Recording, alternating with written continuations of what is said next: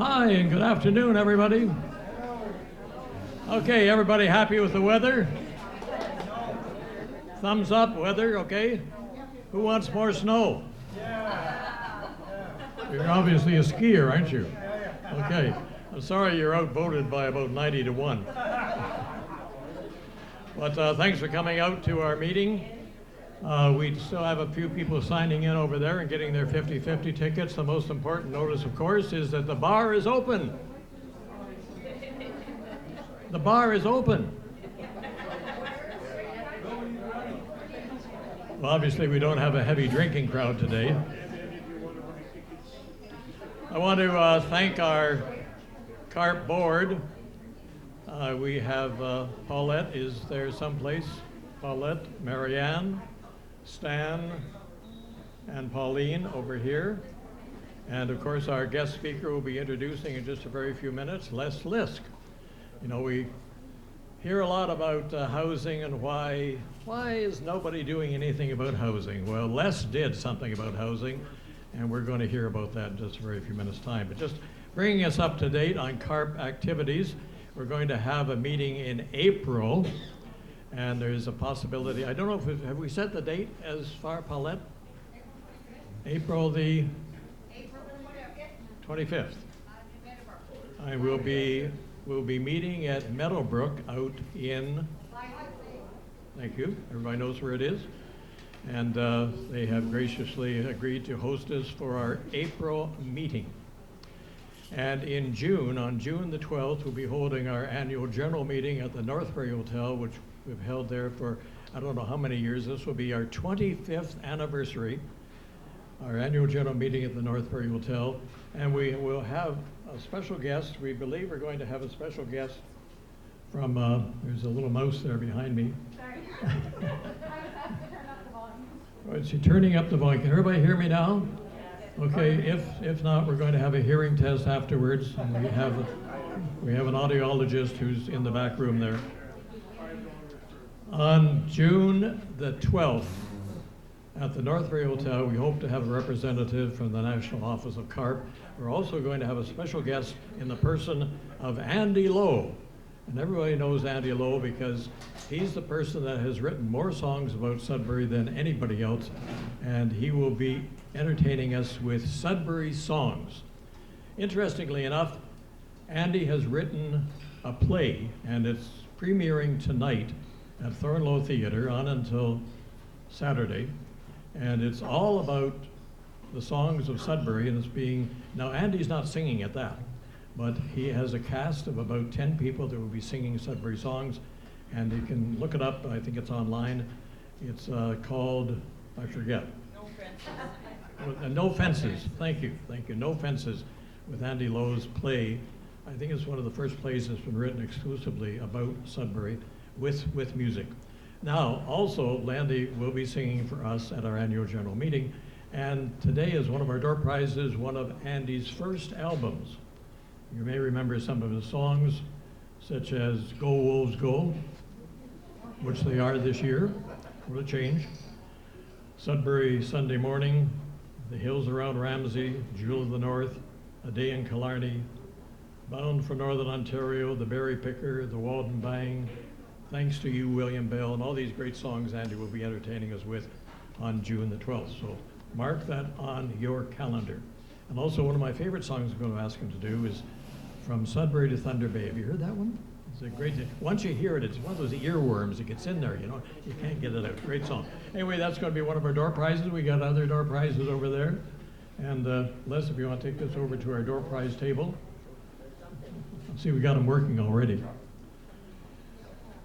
Well, I'm supposed to give a little report here, the President's report on what's been happening recently. And they said that you're supposed to start off a meeting with a little funny. You know, I really like, I have some people who send me those funnies by email. A lot of people don't like them, but I really love them because what a way to start your day with a couple of good laughs. Keith will appreciate that. But this one came up and I thought it was particularly relevant to me. It says, you know you're getting old when friends with benefits means someone who can drive at night. And that happened to me fairly recently. I did have my cataracts done, but I was always a little bit night blind. But after I had my cataracts done and I ran over a few people on the Kingsway, and I couldn't find the turnoff to get to my house, and I couldn't find my driveway. So my wife said, enough of this. So she is my driver. Well, one thing I have noticed, and occasionally she drives me around in the daytime too, and it's really interesting because when you're driving around yourself, you don't see what's going on. Now, for the first time in years, I have a chance to see what's going on in Sudbury. You know, you look out the side window, well, I didn't notice that house was there before. I didn't know that building was there. I think they called it the Lido, didn't they? And this sort of thing. But in any event, there's no doubt about it that driving at night for seniors can be definitely a bit of a challenge, and it's good to have a friend who can drive you around. Somebody came up to me just when we came in here and said, I have a concern. You know, a number of years ago, my taxes were like $2,500, and now they're $8,000. What are you going to do about that?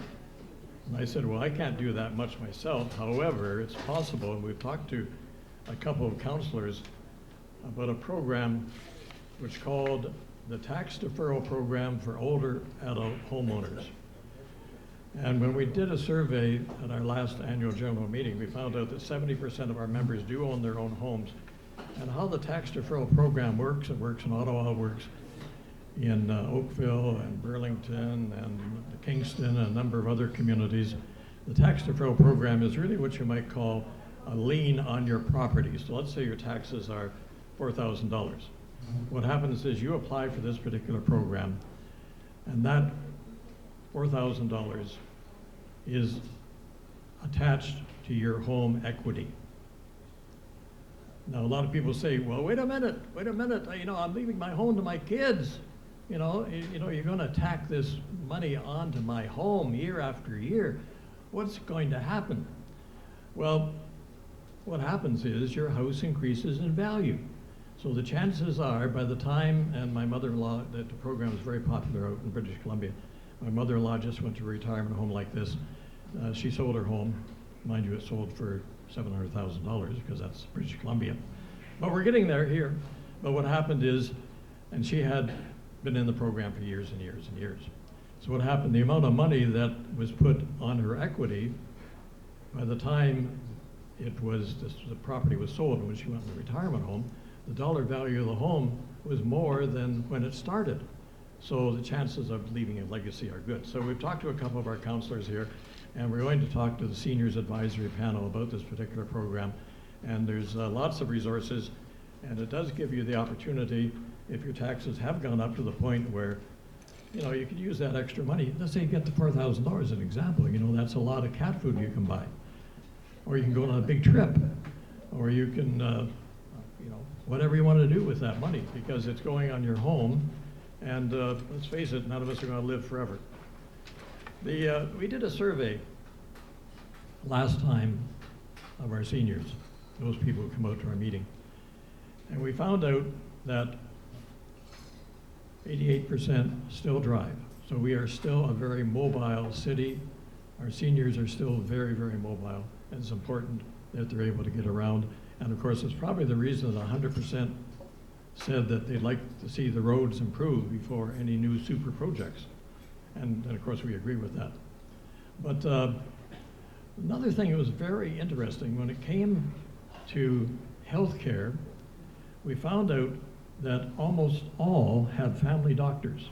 Almost all had access to family doctors that they had visited during the year. But also 58% had gone to a clinic, and 23% had gone to the hospital emergency department during the year.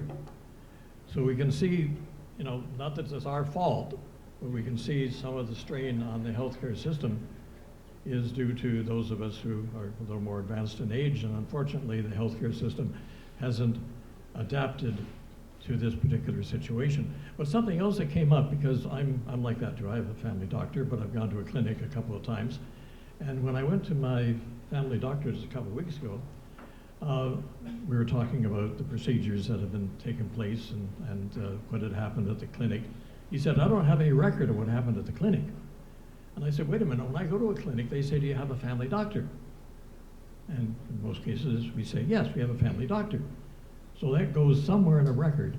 Why is not all the interactions with any physician in the city, regardless of whether they happen to be your own family doctor or someone at a clinic, why aren't all those records in one place?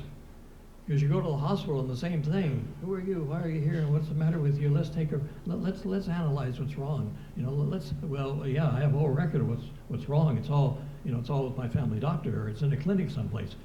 So what we're going to check on that a little further to say that if any treatment takes place with anyone, it should be in a centralized system. After all, this is 2024. You'd think that electronically, all our records would be in one spot that any doctor can access anywhere, and we can access ourselves, because we should know what's going on. You have a question or a thought, or? Yeah. Are Yeah. you aware that the hospital records were breached in the fall? We have all heard about the breaches that have occurred, both financially and with a lot of institutions, right? So, and of course, it's their responsibility to keep those records confidential. What if they have breached there and you can centralize? Now, of course, the question is, what's somebody going to do if they find out that I had an ulcer 10 years ago? Now, it's a little different if they look at my bank account and find out that I have $5.50 left. Who knows what they might do with that? But in any event, so it's just one of those considerations that we're looking at, that the possibility, those two different things. One is to try to look and see if a tax deferral program could be instituted in Sudbury, like it is in Ottawa, Kingston, Oakville, and across the country, so that those people who want, now some of us don't care if, you know, we can pay that $8,000, whatever it happens to be in our tax bill. But if you're feeling a little bit of a pinch, and you can use the money that you built up in your home over all those years, and it means that you have a few extra dollars to spend, then maybe it's worth considering. Anyway, we're working on that, and when we go to the seniors panel and the counselors we've been working with, we'll see if that can be instituted sometime in the future for our benefit. If they do it elsewhere, why not Sudbury? Well, oftentimes, you know, we talk to our city officials and they say, it won't work in Sudbury, you know. Yeah, you know, look how long it took us to get crosswalks here. Won't work in Sudbury, people will get run over. How many seniors you know get run over lately? We were very careful. So now it's time to introduce our guest speaker, the man of the hour, or depending on the length of his presentation, of course. But Les Lisk is, everybody know Les, basically? How many people know Les? Yeah, a few of you do. For those who don't, I have a little resume for Les. He's truly quite an amazing person. If I can put my reading glasses on here. Les was born in the family home on Thomas Street in 1950. Everybody's saying, how old is he now? I can see you while you're calculating right there, right? But anyway, he still looks young enough to me. He can proudly say that he was one of the last babies born in Coniston and not here in the hospital in Sudbury, which would be that hospital, now the retirement home, right out the window. How many of you were born in that building? Don't raise your hands, because it was a long time ago. But Les has spent his entire life in the community, always interested in trying to make his town, Coniston, a better place to live. He served as a volunteer with the Credit Union in the Hydro Commission, the Coniston Involvement Committee, that was just prior to the CAN, and his church, St. Andrew's United. Educated at Coniston Public School and Nickel District Collegiate, he graduated from Laurentian University with an honors degree in chemistry. After attending Teachers College in Western University in London, he returned home to Coniston, was hired as a chemistry and math teacher back in his old high school. Wasn't there a TV show like that at one time? What was it called? Anybody remember? Welcome back, Cliff. Welcome back. Cliff. Cotter. No, the other one. No. What other one? Him. Welcome back, him. I think we're testing people's ages here. This is too bad we're not giving you prizes for this anyway. Educated at, as we mentioned, you know, here and then away and then coming back. By the time he was 26, both of his parents had passed on, but he built his own home in Coniston. He enjoyed raising his families in the town where both he and his wife Anne grew up. After 12 years at Nickel District, he left there to become vice principal at Lockerbie Composite School. And while there, he instituted the STEP program, still successfully in place. And these were for students who were interested in science and technology. For this effort, and rightly so, he earned the Prime Minister Award of Canada, which was given in recognition of his contributions to science education. And Jean Chrétien was, he was our leader at that time. You remember Jean Chrétien? This is a test for this, making sure everybody's awake out there, right? 10 years later, in 1996, he moved on as principal at Lively District Secondary School. Arriving in Lively, he turned his focus to that of the importance of the trades and a new program that he developed called Integrated Technology. Students were made aware of the great opportunities available through apprenticeships, and for 8 years, Les promoted this excellent option for employment, attracting many students from throughout the district. And you know, it's something that should be instituted in many schools. Les, I mean, we're entering a period now where we're losing a lot of people in the trades and the apprentices, and you know, you're a forerunner on this thing, you know. So retiring in 2004 after a 30-year career did not mean resting for Les, because he doesn't know how to do that. He was asked if he was interested in teaching courses at Cambridge College and accepted. While there for 5 years, courses were developed in energy systems, focusing on solar and geothermal, as well as in the power line technician program, was the only one of its kind in Ontario, by the way. And following his heart in 2009, he became a partner in a business known as Renewable Resources Recovery Corp. Since that time, this business has designed and manufactured heat production and recovery systems, all leading the way to reducing carbon emissions and, of course, helping our environment.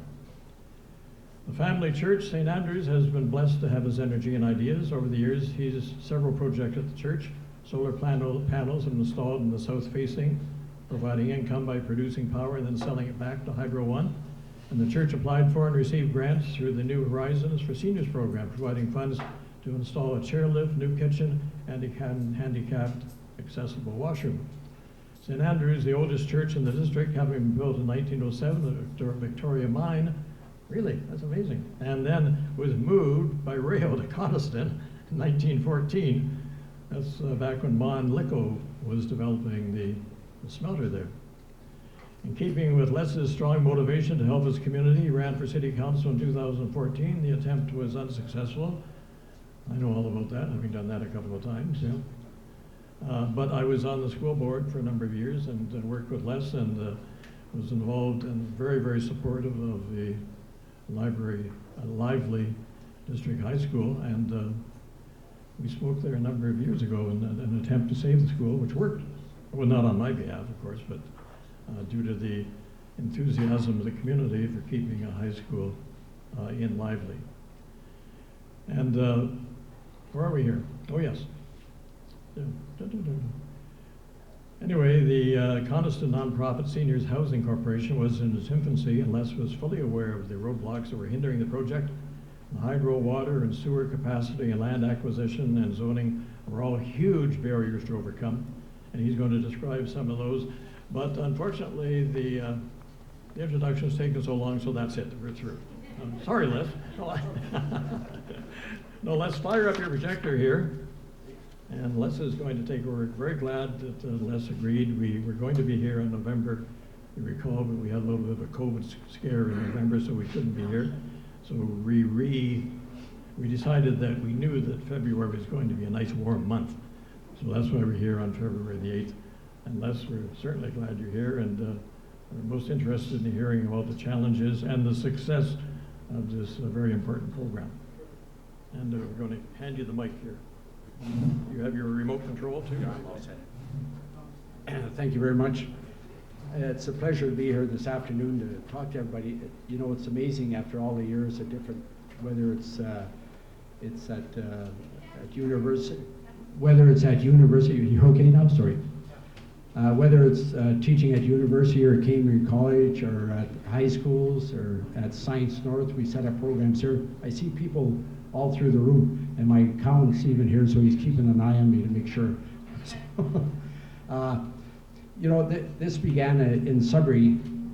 We know the problems with housing. One of the problems is that there's lack of good housing, especially for seniors. So in Coniston in 2010, we got together a little group. Rod Cleaver was one of the founding members of our association. He's here today. And we had 3 people. We formed an association called the Coniston Seniors Nonprofit Housing Corporation. I don't know why we made it that long a name, because letterhead takes a long time to put it on. But we saw a real problem in Coniston and in Sudbury in general, that the people, when they reached senior age, they had to get an apartment, they had to give up their homes, and most times they had to move out of town. And so we were losing our seniors who were real contributors to the whole community, and all of a sudden they were gone. So we started making a concerted effort to get something to house them, and we said, you know, Coniston is a very old community, it was. And if we could get people into a good apartment building, then they could sell their homes off to younger families, and it would help the schools and the area in general. And that has happened. 35 homes have been sold, and they're you know, 3-bedroom bungalows, very nice homes. Young families have moved in. And now when you go down through the park, there's a lot of young people. They're using in the summer the splash pad, the outdoor rinks in the winter. It's changed the whole community. And this can occur all through the Sudbury area. And that's what we're looking for. The schools are filling up again. There was talk of them closing one of the schools, and now I don't hear any of that talk. There was talk of them closing the arena. I don't think they dare to do that, but you never know with the city. And so we've had our challenges. So going through, I'm just going to read you some of that. We made a presentation. We said, well, let's have a meeting and see how many people are interested. Well, over 100 people showed up from Coniston. So we said, okay, there seems to be an interest there. Let's make an application for some seed funding. And CMHC did have some seed funding of $10,000 at the time. And that allowed us to do a needs study. And a needs study is very important for the area, because CMHC won't even look at you unless you have that needs study. And needs study, we had all volunteers again. There were about 30 volunteers. They went out through the community, got about 200 people, and we had a checklist of questions that they were asking them, and we pulled everything together. And it came back. They wanted a safe building, reasonably priced. They wanted something that they could get together with the whole groups for a common room so they could have meetings. They wanted it in a proximity that they could catch buses, it would be easy, they could go shopping, et cetera, et cetera. So with that in mind, we decided to go the next step, and it was CMHC again, and it was local at the time. Now CMHC doesn't have a local representative, you have to go to Toronto. We met with the local representative and we asked for $120,000, and that was to do, to get the property and to get it rezoned. We thought this would be a very simple process. We started with one property. It was down by, I don't know if anybody knows Coniston, where the curling rink is. And a curling rink was going to come in as part of the project. And the curling rink was going to be the recreational facilities. City turned it down because it wasn't rezoned property. It was zoned as parkland, and they wouldn't even talk to us. Said, we can't do it for 5 years. We just put it in. So we said, well, we have to have some property. So it ended up that they had a piece of land that wasn't sold, it was sold neutral, which means there wasn't any zoning at all to it. And we had to get it rezoned. So when we went to the first meeting, there were 15 departments for the city there. And the one guy with the water got up and he said, you can't build anything in Coniston. I said, well, why not? He said, there's not enough water pressure for a garden hose. I said, well, what are you going to do about it? He said, we can't do anything. You can't build. I said, well, what will it take to get water pressure? He said, you have to have another line into Coniston from the main water line that comes from Wanapitei. I said, well, what would that cost? He said, well, about $2 million, $3 million. Well, it just happened at that time Mark Seri was in, and the federal department at that time came up with an infrastructure grant. Mark Seri went, got the grant, got the water pressure into Coniston. But to get from where our land was to our apartment building cost another $1 million. So now it might seem simple, you just go to the city to ask them to share the cost. It wasn't simple, it took about 10 meetings with the council, with all different departments. Finally they said, well, share half the cost. So we'll share the cost of $1 million. It ended up 800 and some thousand, with a new water line, 10 inches in diameter. I said, 10 inches in diameter? The biggest line that you have in Coniston is 4 inches. No, that's the fire regulations in Sudbury. Every other city has 6 inches, we have 10. Inside diameter. We found that out. We had the pipe, and it was 10 inches outside. They had to ship it back to get 10 inches inside diameter. So, time and time again. So we finally got it. As we were going up the street, we found that every house that was connected to it, all of that, the control boxes that shut off, were all frozen, they were all rusted. So we had to change all of those too for 20-some houses. And the city, we're just negotiating with them now, but they are coming good for that. Because all of the houses would have no way to turn off the water if there was an emergency. So we replaced the whole street of Coniston all the way up for that. So with this, we applied through, CMHC has a lot of different areas that you can apply to. We applied to 4 different areas for help, for grants and helping us out. Everyone was turned down. We finally got one. They said, look, if you can get a builder or you can get somebody to back you for the $17.9 million, we'll go for it. So, okay, well, that's all it takes? Oh yeah, that's all it takes. Now, we had $10,000 in the bank. We thought we were doing really well. It's hard to go to a bank and borrow $17.9 million. And so after going through all the credit unions, all the banks in the Sudbury district, some of my friends, we were sitting down, I said, I have to come up with somebody that will back this. And the person, I won't mention the name, but he said, my friend he's looking for a project. He's just had one canceled. So he came over, and it was Ron Belanger Construction. And after explaining to him for about 5 minutes, 10 minutes, he said, good, I'll go for it. Shook my hand and he left, and my friend was there, and I said, is he serious? He said, oh, when Ron shakes your hand, that's it. And from there on, he's been the best contractor and the best backer of us that we could hope for. I don't know if you've heard of all the different apartment buildings in Sudbury that have not been successful in the last couple of years. They've gone into receivership and various things. We ended up building this $17.9 million, and it's 6% over budget. But we had 5% in our contingency, so basically it covered our overage. So we met it. Now, remember, this is during the COVID, and the price of wood went up from $500 a thousand to $1,500 a thousand. And we still ended up coming within reason. We designed an apartment building. I'll just show you a little. This is a little drone shot. My grandson goes up and takes pictures with his drone every once in a while. I don't have some recent ones, but if you ever want to come and see it, call anytime and I'll bring you through a tour, or Rod will bring you through a tour, and we can show you all the various features.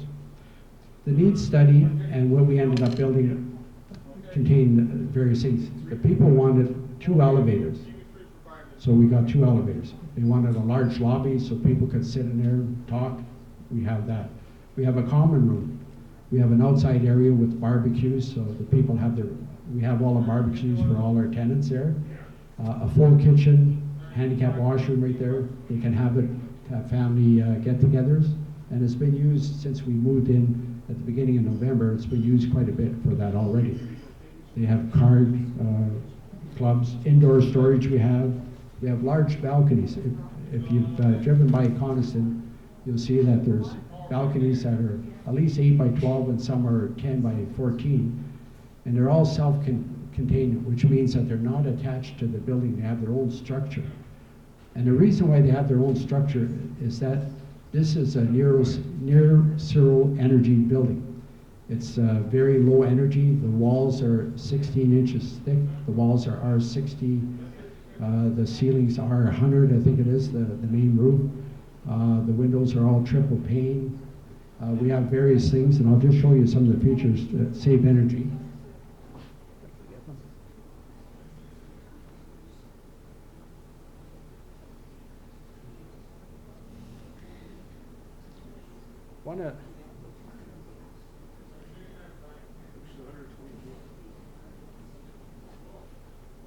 One of the things, we have a research project going on is through Concordia University. Local universities didn't want to participate. It's from Montreal. They're doing a PhD study on using something called add-energy pipe. And what it is as the effluent, the sewage coming out of the building, heats up the sewer pipe. It's concrete sewer pipe, and there's a heat battery in it that takes energy out, and it's used to help heat the building. So we have that in there, and that was paid for by the company, Renewable Resource Recovery Corporation. So there's that, and there's also some solar panels, very few of them because we couldn't. I'll go into that in a minute. And they also have a backing on it that collects the heat plus electricity on it, and we're looking at that right now. In addition to that, we have some heat pumps.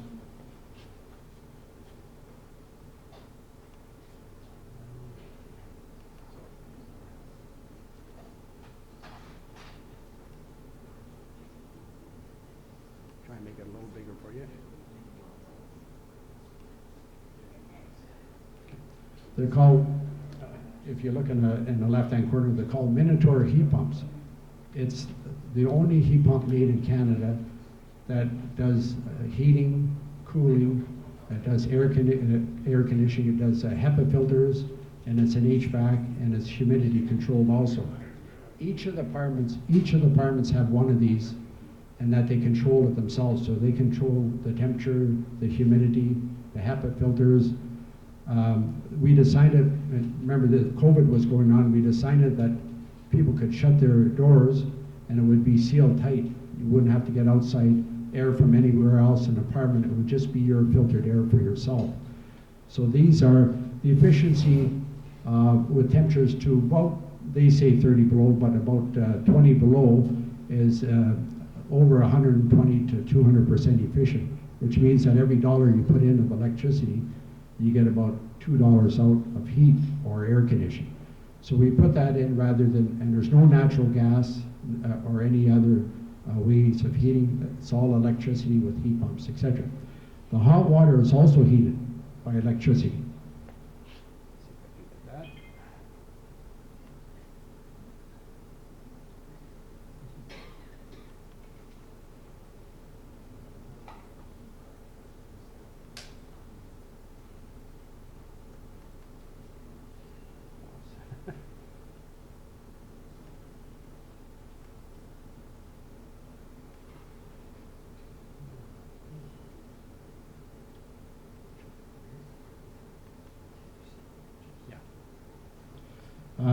It looks pretty complicated. We have 6, and they're carbon dioxide heat pumps. And what it does is it takes the energy from the air outside, it heats up the water, and we store it in tanks that's used throughout the building.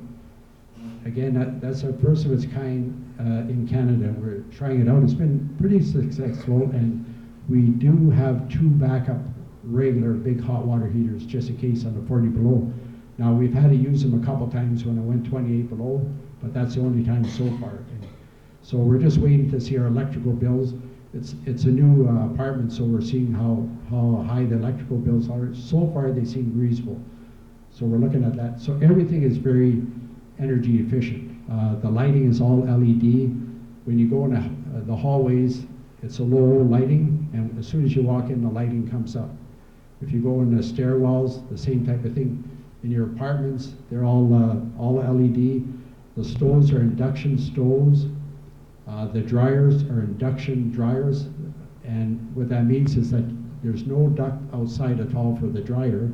It's all it's a heat pump basically, and all the energy stays within the apartment, and it all circulates through our heat pumps that we have for each apartment. So everything is self-contained. So there's no outside air going out when you heat up all the dryer heat. It doesn't go out. It's reused in the room and in an apartment building. The one thing I find in there is that it's too warm. So we're trying to get them to regulate it a little bit. I went in one and I said, I find it a little cold in there. We had changed some of them, the people that have a hard time with Celsius and that, so we put I said, but it's 88 in here. I still feel a little cold. I said, okay. Well, we'll try and see what we can do for you. So, but so far, we've had a very good response from the tenants. They're glad that they moved there. We have some people that have come from downtown Sudbury at apartment buildings that are so happy and appreciative to be there. And they tell us some stories about downtown Sudbury, which I sort of knew about before, but hopefully they're exaggerating a bit. And but there is a need for all of this, more and more all the time.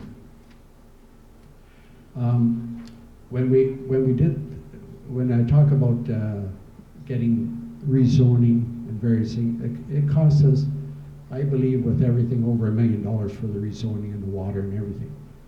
And when I say that, Sudbury Conservation made us put in a collection system for any of our water that comes off the roof has to go through a filtration system. So everybody else, when they're building, it just runs into the ditches and the creeks. Not here. It costs $300,000 to do it. We made presentations to the city council before the province come out with it. The province came out now that nonprofit corporations, they shouldn't be charged development fees. The development fees, we made 3 presentations, the council passed it. That's before the Ford government brought this out, which I really agree with. They said, okay, we'll give you, we won't have any development fees, $620,000. When we started to build, they said, you have to pay development fees. I said, but that's why I made all the presentations. That's the first of its kind. You said, you're not in a development area in Coniston. I said, we're not in a development area of Coniston. So the development area of Coniston is down by the track and there's no land. There could never be any development. I called the head engineer. I said, have you ever been to Coniston? Oh, I've driven through. Okay, that's good. So there went our solar. That was the price of the solar panels that we were going to put on. But we're looking at other ways to get it. So once we get those solar panels, we'll be completely zero energy. But that sort of dashed our hopes up with that. Everything's all pre-wired for it. But so those are some of the things that you run into. We started the process for a site plan agreement, it's called, for the next building. We started that a year ago. We're about 1/10 of the way through. Other areas have contacted me. Lively wants to build 2 units like ours. I already have the funding for them, and they said they can get, the mayor said they're going to give them the land sold. I said, okay, I'll wait for it. As soon as you get it, you let me know. It's been 2 months now, so we'll see how that comes along. If they get the land and it's rezoned, it's a quick process. Because again, we have the backing, we have the contractor, we have everything all lined up, ready to go. Coniston, we have the plans already for the second one. Other areas are going for it. French River is building one in Noelville. They're already on their way. And they're using our type of concept. This is the first time in Canada that a seniors nonprofit housing apartment building has been built and funded by CMHC. So there's a lot of hoops to jump through for them, but they've been very good once we started. So that's basically the project, and I know I'm throwing out terms like heat pumps and CO2 hot water heaters, but if there's any questions at all, I'm open for them. Yes? You're building the second one. Are you suggesting any changes to that second one? Yes, there's going to be some changes. One thing that we like is we would like an exercise pool in it, and we tried to get it in this, but there were so many regulations that we just let it go by the wayside. We want a community center built right in, and there's some things that we've changed. When we went through, if you looked at the original plans and how they changed from the first day we started building to when we ended up, a lot of changes have been made. And structurally, if we made some change, it had to go through our engineers and come back. But in order to keep it at a certain price level, we had to do it that way. One of the things we gave up, for instance, our kitchen countertops were supposed to be hard surface, you know, like a quartz, while we ended up with our rate. But that saved us, I think, $60,000 to $80,000. So there were things like that as we went along. They're still nice. How about consideration perhaps for a space for a practitioner, a health practitioner to go in and do some assessment for? Yeah, we do have that. We have an area. We've had our the pharmaceutical come in and a company, and they deliver medication if they want it. They're just starting. They came in and they did the COVID shots and the flu shots already, and we have a hairdresser in there, and she comes in on an appointment, tries to make 1 or 2 days a week. But we do have a room for that. Yeah. Yes. Do you have any room for have electric Oh yes. When you come in, there's a bike charging room, we call it, but it's for scooters, and it's right when you come in the door, and you can plug in your scooters or electric bikes, whatever. We have another storage room when they're not charging, just down the hall for them. And in the building itself, we have indoor storage too. Each apartment has their own storage area, and we put a mesh up so that the air flows through, but they put their own, there's a door, and they put their own lock on it, and they can change over it. It's about, most of them are about like 6 by 5, 5 by 6 around that size. There's some little bigger ones. You mentioned that you did not use gas, that you were using electricity. Mhm. What happens if you have a power failure? Well, the one thing in Coniston, when I was on the Sudbury Hydro, they had one line coming into Coniston. Now they have 3 lines coming in. So if 3 lines are knocked out at one time, there could be a power failure. But there's no backup generator. The backup generators are for a building that size. We have backup for the elevators and for emergency lighting. That's all we have. But a building like that, well insulated, it would take a couple of days of no power to go down too low a temperature, even 30 below 0. And natural gas isn't always, it's good right now, but you know, with the carbon taxes and everything else, and they go up every year, but is it going to be as dependable as it was? We'll see. They've redone all the lines to Coniston. Like I said, there's 3 different ways coming into Coniston now. There was one way from the Coniston Power Dam one time. Now there's 3 different ways, and they switch over. And I don't know if the last time we had a power failure, we had maybe a quick one for half an hour or so in the last few years, but that's all we've had. Yes? Are you building your second building, is it going to be open to Sudbury public? Do you have somebody understanding that this one is for Coniston? Oh no, like over half the people are from Sudbury right now, and area. They're from Marks Day. Yeah, they're from Marks Day, Wanapitei, quite a few from Sudbury, Minnow Lake, Falconbridge, even Albin. We have a couple from Albin. So, yeah. No, we don't. No. It started with Coniston because we're from Coniston, and the people that volunteered for it were all from Coniston because we couldn't go out at the time and go to Marks Day and say, hey, you want to come on and help us? So, but it's open to everybody. Yeah. What is your vacancy rate at the moment? 0%. 0% and 100 on the waiting list. Let me tell you a story about when we first started with CMHC. When we first started, the CMHC said, okay, now you have the backer. You have the $17.9 million. You have to prove to us you can rent it. Now this is right in the COVID, right in the middle of it. And I said, how can we do that? He said, well, rent it. So we had a little phone chain. We phoned around, Rod phoned, Deborah phoned, a few of us.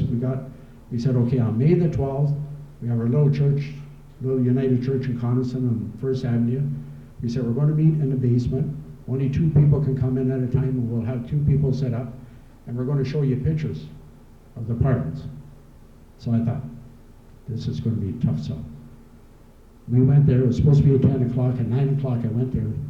They're trying to get to the lineup, ahead of the lineup. It was lined up all down First Avenue, all down Spruce Street, 6 feet apart, because we didn't want the city to come and charge us, but that would have been the downfall of us.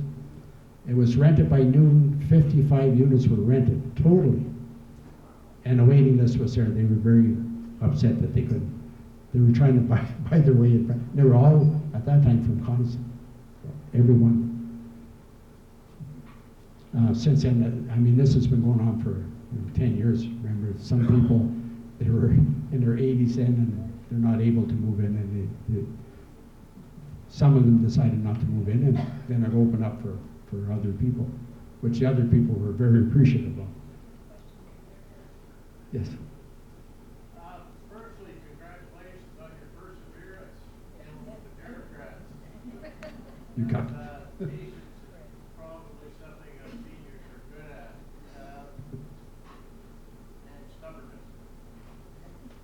How long from when you did that first the survey there, the needs survey, how long from that until open? And you think you'd be, how much do you think you'd be able to cut that down knowing now what you didn't know then? 12 years from when we started. I think we can bring it down to 3 years quite quickly.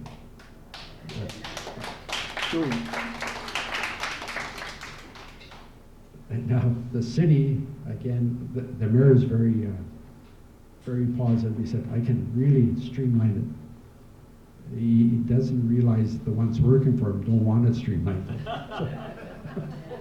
That's where the problem is. And I don't blame it on any one department, but I believe what's happened over the years, they come up with a bylaw, and then that bylaw, there's another one that sort of overlaps it, and it just keeps going like that. One that I just found out today, we have a sign made. It's a 4x8 sign. And we've applied for the sign and everything. They came back today and they said, we don't really allow signs on residential apartment buildings. If it's a long-term care home, and that you'd have to get it rezoned. This is just today, so we put a note into our counselor. This is what goes on all the time though. You just think you get one place and another little wrinkle appears, and that's the problem. So we've gone through a lot of the wrinkles. When we first started at blasting, we had to prove that there were whippoorwills there. I said, there's whippoorwills, would you like me to bring one in? Oh, no, that's So $10,000 they had Laurentian, and it was good for Laurentian students. They came, they had a camp out to prove there were whippoorwills. So, okay, now there's whippoorwills. They said, now, once they nest in the spring, you can't build till the fall. I said, okay. So when Ron Belangi said, I'll fix that. He came in with, those big saws that come and brush it all out. He had to brush it out, we had to do it anyways. He brushed it all out. Yeah, no more nesting ground. So we didn't have nesting, we could start in the spring. But that's what you have to do. Blasting. He started blasting, and we had to hold up for about a month because we didn't have all the permits. I didn't know that. And I still say that to this day, but he got almost all of it blasted, but then we got caught. So that held us up about a month, not too bad. Then we were held up for 2 months because the one apparently for Conservation Sudbury went on holidays and there's nobody else that can sign the final agreement. So we had to wait 2 months for that. This goes on all the time. And they want houses, but we'll see.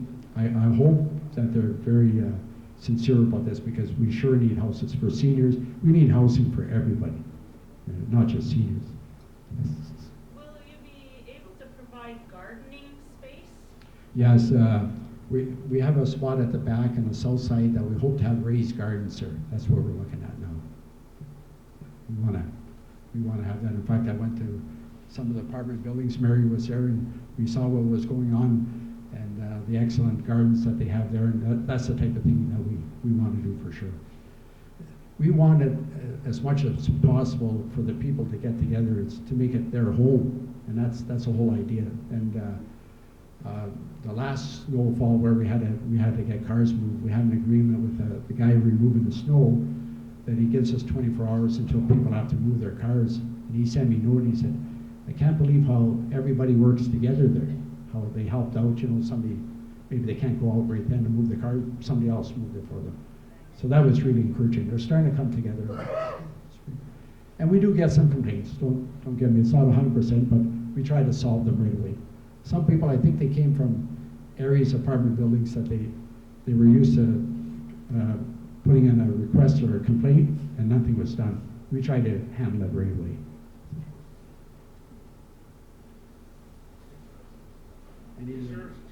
Is there a process, what is the process for getting into the building? Yeah. My wife has taken the names and she puts you on the list, and it could be like the 1 bedroom or 2 bedroom or 3 bedroom, depending on when they come open. The 1 bedroom seemed to be, you know, we had to decide when we first started, and we put 6 1 bedrooms, 5 3 bedrooms, and 44, if it adds up to 55, 2 bedroom. Looking back, we're going to look at maybe more 1 bedrooms now. But so you'd be on the list for the one, if you want a 1 bedroom, 2 bedroom, or 3 bedroom. And, how long is the list? Depends. If it's 3 bedroom, it's about 30 or 40 down the list. 1 bedroom, 2 bedrooms not as bad. And now we also have there's 10 units that are completely nursing ready home set already. They have everything set up that it's at nursing home standards, and it varies from other apartments. So we have it. We wanted it to age in place. So if you needed extra help, we have those apartments. We can ship people around.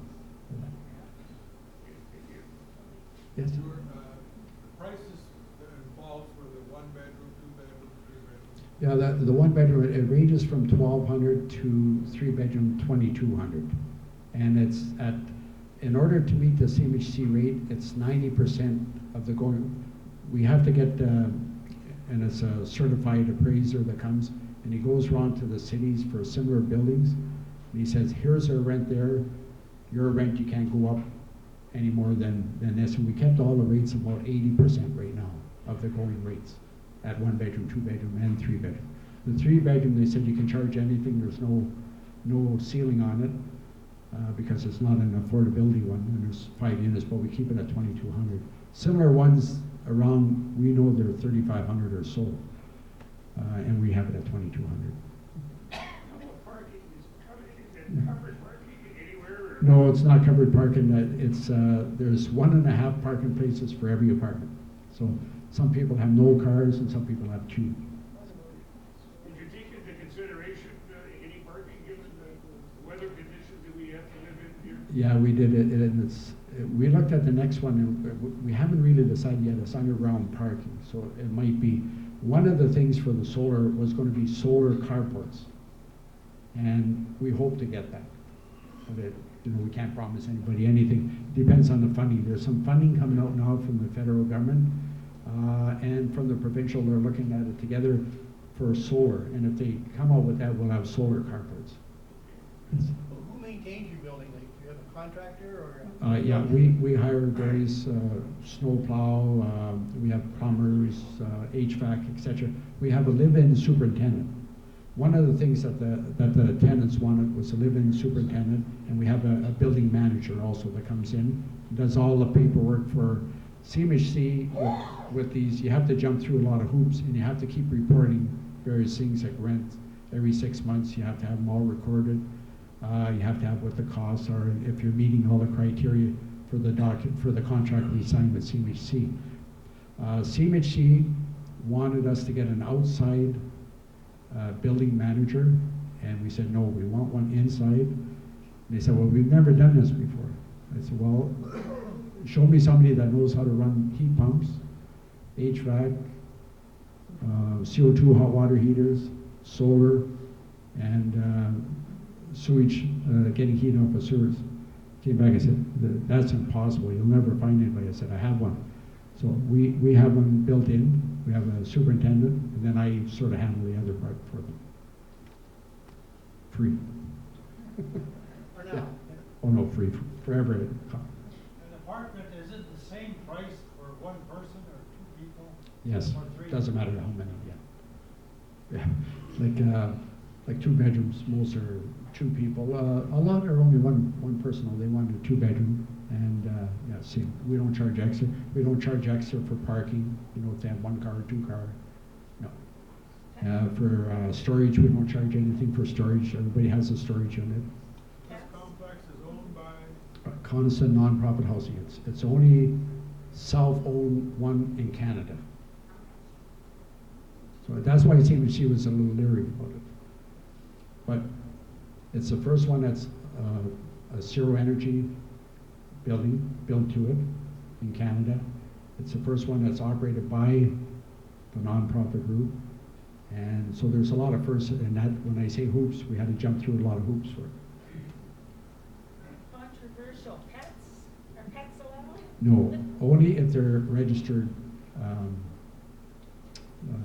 certified as service dogs, yeah. That's the only one.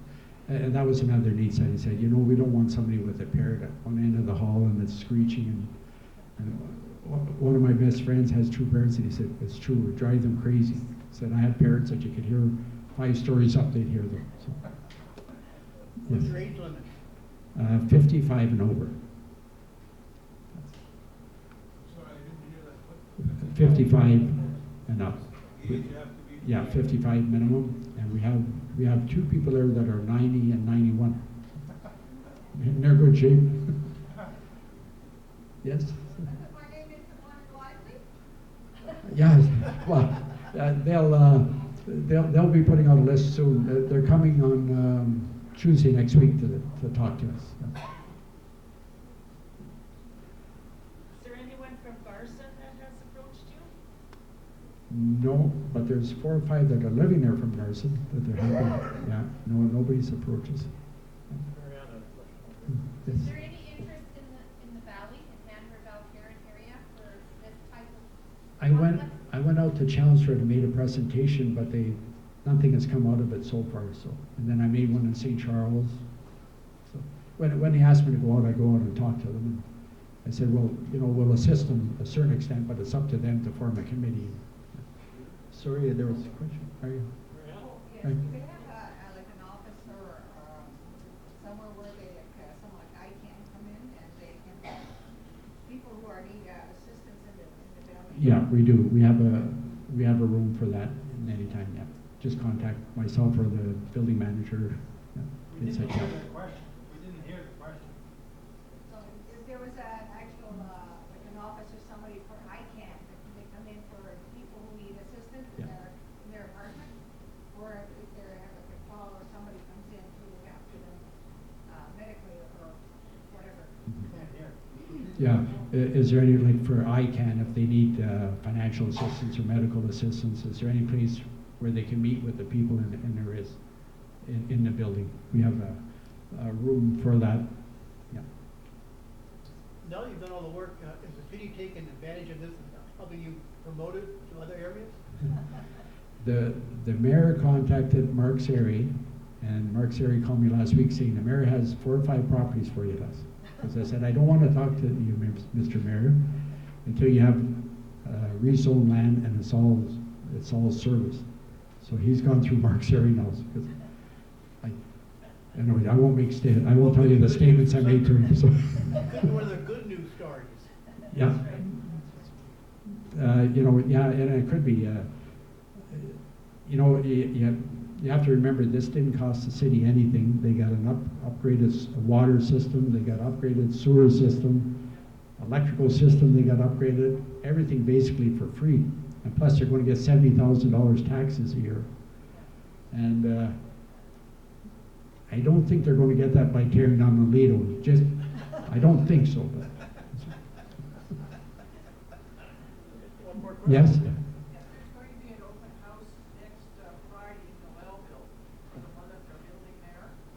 For anybody on Friday morning, it's February 16th. Okay. And I think it's at the municipal building. Yeah, probably. Anybody's welcome to come and partake of that open house. Oh, good. Yeah, I've been talking to Giselle down there, the mayor, and she's very interested.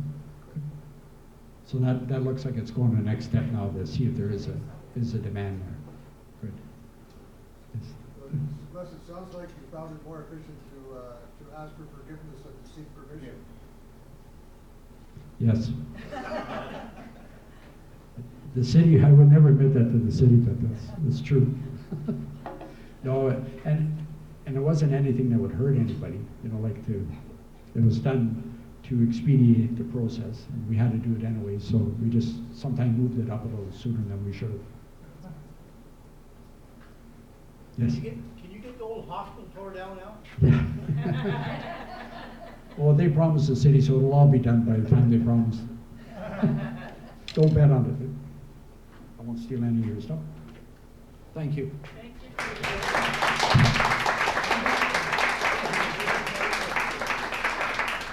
Thank you very much, Les. I think there's two words, vision and perseverance. Because Les had the vision with the help of the good people of Coniston and others, that regardless of the obstacles and the roadblocks that were put in place and the administrative and bureaucratic situations that you have to deal with, perseverance paid off in the end. And you know, we have something here that's unique in all of Canada in certain aspects, and certainly we can be proud of, and we're all very proud of Les for being involved in this. Thanks again, Les. Wonderful. Now, we of course have our 50-50 draw and a couple of door prizes to give away. Before we do that, I'm going to ask Keith Argent to come up here for just a moment. Now, the draw for the Hard of Hearing home, the Dream Home, was held yesterday, and I tore up my ticket this morning. As we all did, because I think both of the winners were from outside Sudbury area, which is interesting, because you're going to come up here and... Oh, I didn't even bother looking because I didn't win. Well, no tears there, I guess, huh? Here it is in the newspaper, so. Yeah. Okay, describe how we were involved this year, just very briefly, and what we can expect. This is something we get involved with over the years, and it's one of our main sources of revenue for our organization. We can help out, especially with our CARP annual meeting, and we can subsidize it to a certain extent. But how'd it go anyway, Keith? Oh. Well, as you probably know, we did very well selling tickets, and we'll make a little bit of money for our general meeting. And I wish somebody here had won some money. Here, nobody won anything, I guess, no second prize, third. But we did make money for CARP to help defray some of our costs for our general meeting and have guests like Les there talk about things that we want to hear about.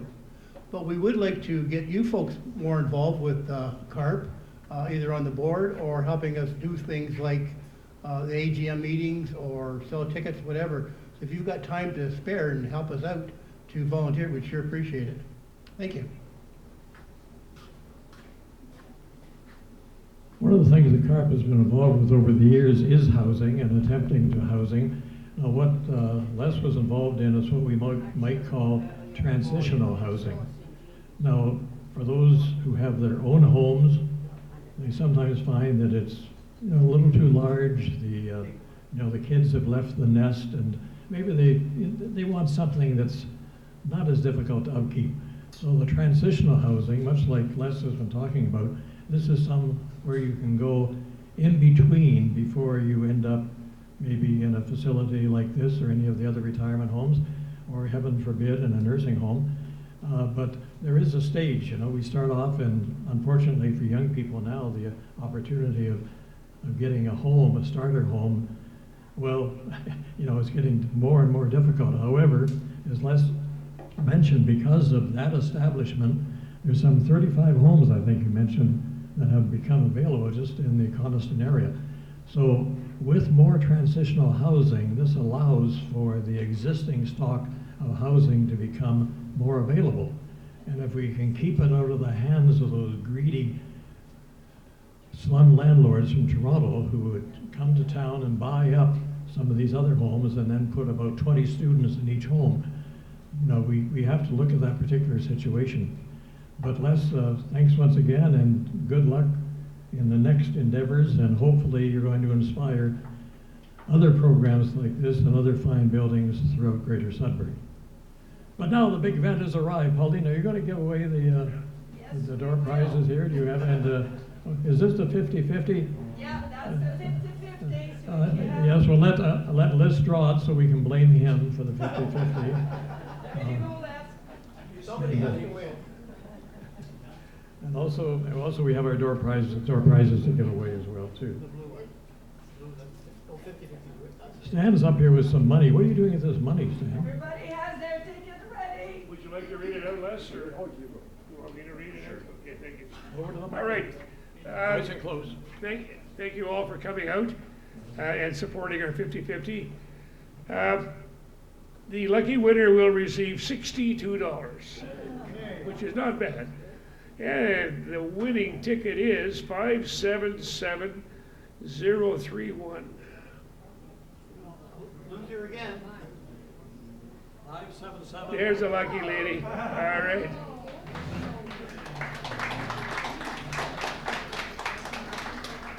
No, I know it only takes one ticket, but I believe this lady bought a whole bunch. 577031. There it is. Congratulations. Very much. Now we're gonna draw the door prize. Maybe that's what I should have done with the Dream Home rather than buying half a ticket. So we have our door prizes. What do we have, Marianne? Are you coming over here to the mic so people can hear you? And we have our CD too, the Andy Lowe CD. You forgot to bring over, but yeah, that's okay. You can go over there and pick it up to who's ever going to be our ticket person.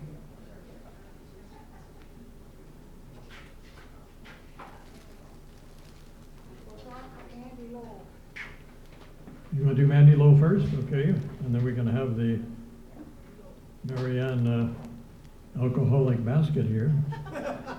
It's not an alcohol basket. Oh, it's baking vanilla. It's more expensive than alcohol. Oh, yeah, true. Okay, for the Andy Lowe CD, we have ticket number 027035. Hey! There you go. Come on down. There you go, you present that to him. And I'll have to get his name too. And as we say, on June the 12th, we'll have Andy in person who will be singing his songs for us at our annual general meeting at the Northbury. And what is your name, sir? Calvin. Calvin? Calvin, last name? Edie.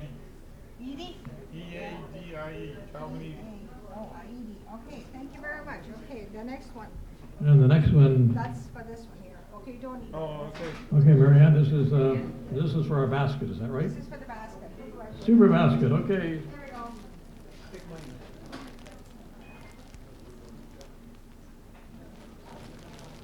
There's stuff in here. There's black pepper in here too. Oh, everything. Okay. The winning ticket number is Here we are, the winning ticket number. Get close to the microphone. 027014. Oh, there's one. Yay. If any of you are looking to renew your CARP membership, we do have membership forms at the desk over here before you leave. What is your name? And of course, memberships are all handled through our national office. Any suggestions for our upcoming meetings? Anything, any topics you'd like to have presented? Then talk to Keith. Oh, thanks. Because I don't have a good enough memory. Oh, I don't know. There's so many. Rick. Well, enjoy. And we want to thank Red Oak Villa again for hosting us, and keep aware of our next meeting in April. And we're going to Lively. We expect you all to be there. Goodbye for now.